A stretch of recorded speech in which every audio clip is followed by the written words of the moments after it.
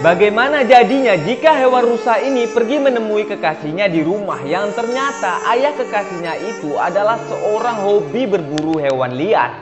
Dan inilah dia ayah kekasihnya, sang pemburu.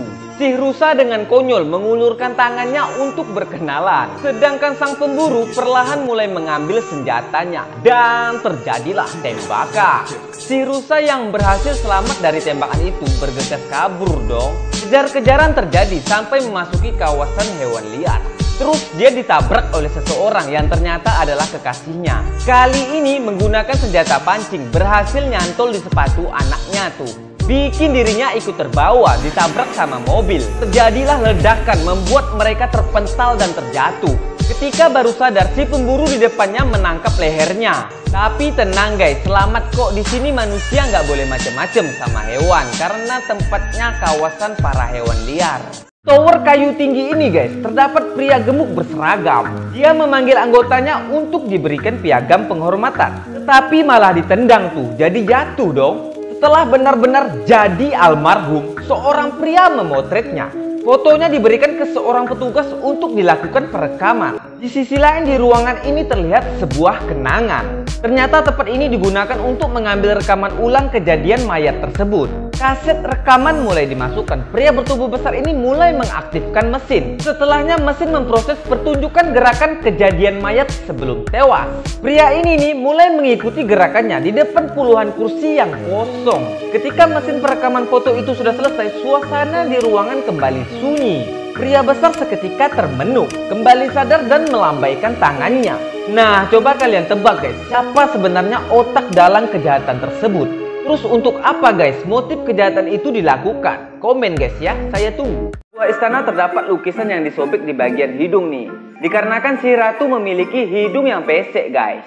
Seorang pelukis di istana melukis ratu dengan hidung yang mancung.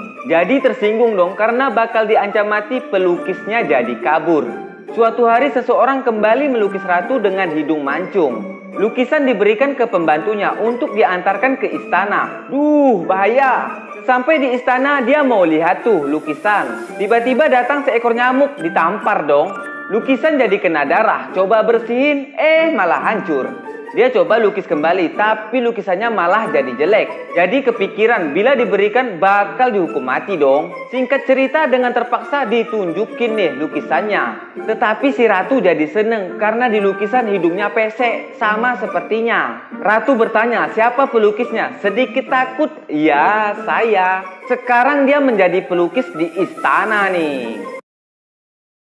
Di hutan belantara terjadi kecelakaan penerbangan pesawat milik kucing ini guys. Dia dibangunkan kabel listrik otomatis miliknya. Ketika menjelajahi hutan, hampir saja ditabrak seekor lebah nih. Karena penasaran dia coba ikutin. Si lebah nabrak benda tuh, jadi jatuh dong. Bergegas membantu melepaskan sesuatu di kepalanya. Setelah terlepas, lebah menyerangnya, padahal udah dibantu. Otomatis ditembak dong sama seragam robotnya. Tapi tiba-tiba nih guys, semua lebah keluar dari sarangnya. Mereka nggak terima temannya dibunuh. Karena merasa diserang, otomatis seragam robot menembak para lebah. Si kucing nggak mau tuh ngelanjutin tembakan. Tapi seragam itu tak bisa dikendalikan. Melihat seekor lebah yang terbakar, lalu seketika lenyap, membuat para lebah emosi dan menyerangnya. Salah satu sistem darinya membantu mengaktifkan peledak di pesawatnya. Dan akhirnya nih guys, pesawatnya mendarat meledak menghabisi para lebah. Padahal si kucing ini baik kok. Seorang pria berhasil menemukan remote antik pas lagi dibersihin, keteken tuh tombolnya. Membuat piramid di belakangnya berubah menjadi patung Firaun. Nah, karena penasaran dicoba lagi, ternyata patungnya mengeluarkan tangga menuju ke mulutnya. Terus dia langsung menghampiri meninggalkan remote antiknya. Pas udah nyampe di ambang-ambang pintu, ternyata pintunya ketutup dikarenakan remote antiknya dimukbang oleh si onta. Setiap kali ketekan sama giginya, wajah patung selalu berubah-ubah. Sampai-sampai si onta kaget, wajahnya mirip banget. Singkat cerita, remote antik ditelan tuh sama si onta, membuat patung amblas kembali menjadi piramid. Tuan si onta juga dikeluarin dari piramid. Perjuangan yang ingin mengetahui isi dalam patung jadi sia-sia. Ketika anak ini mulai menyayangi flamingo peliharaannya, ayahnya langsung menangkap bahkan menjualnya untuk digunakan anak-anak lain bermain. Tiba-tiba dia dikejutkan dengan flamingo liar hijau Tosca yang ingin mengajaknya bermain. Tetapi anak ini sengaja menghindar karena jika ketahuan ayahnya maka akan ditangkap dan dijual. Pas lagi rebahan, flamingo membangunkannya lalu mengajaknya bermain. Ayahnya mulai mencurigai anaknya karena di dalam kamarnya terdapat makanan flamingo. Seperti biasanya setelah bangun tidur, flamingo menunggunya di jendela. Pas dibuka topinya ternyata nggak ada. Ternyata flamingo Toscanya bersama ayahnya. Nah, karena flamingonya takut dipukul, dia bergegas menyelamatkan, malah menabrak ayahnya, jadi terpental dong. Karena hari ini ulang tahun anaknya, ayahnya memberikan kejutan. Dan ternyata guys, flamingo ini adalah kado surprise untuk anaknya. Cowok muda ini berusaha menenangkan monster gurita yang sedang mengamuk dengan menggunakan alat musik. Dia meminta kepada pria penyihir hitam untuk menghidupkan musiknya.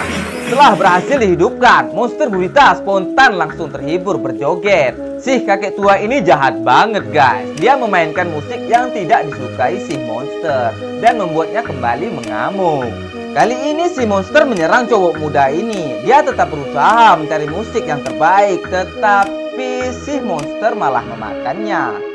Dan ternyata musiknya kembali membuatnya terhibur. Cowok muda serta pria penyihir hitam ini berhasil selamat. Sedangkan si kakek tua tak bisa lagi membuatnya mengamuk dikarenakan buku musiknya sobek-sobek ikut berjoget. Suatu hari seorang pria sedang menyiram tanaman. Tiba-tiba dia terpleset, membuatnya hilang keseimbangan, hampir aja jatuh. Tetapi memang apes dah, kupu-kupu hinggap di lengannya dan akhirnya dia jatuh dong. Terus dia mengenang kehidupan masa lalunya. Tahun 1961 ia dilahirkan. Tumbuh besar hidupnya bermain saja tanpa ada beban sedikit pun. Di tahun 1976 setelah dewasa dia memiliki kekasih lalu menikah. Seperti manusia biasanya setelah menikah ia mulai mencari kerja untuk menafkahi keluarganya. Hari-hari dihabiskan untuk bekerja setiap tahunnya. Karena beban hidup bekerja membuatnya jenuh, asam lambung, asam urat, kepalanya jadi landasan pesawat tuh. Sampai-sampai dia ngeluh udah bosen jalani hidup setiap tahunnya kayak gitu-gitu aja. Setelah dipikir-pikir, fair-fair aja sih kalau jatuh.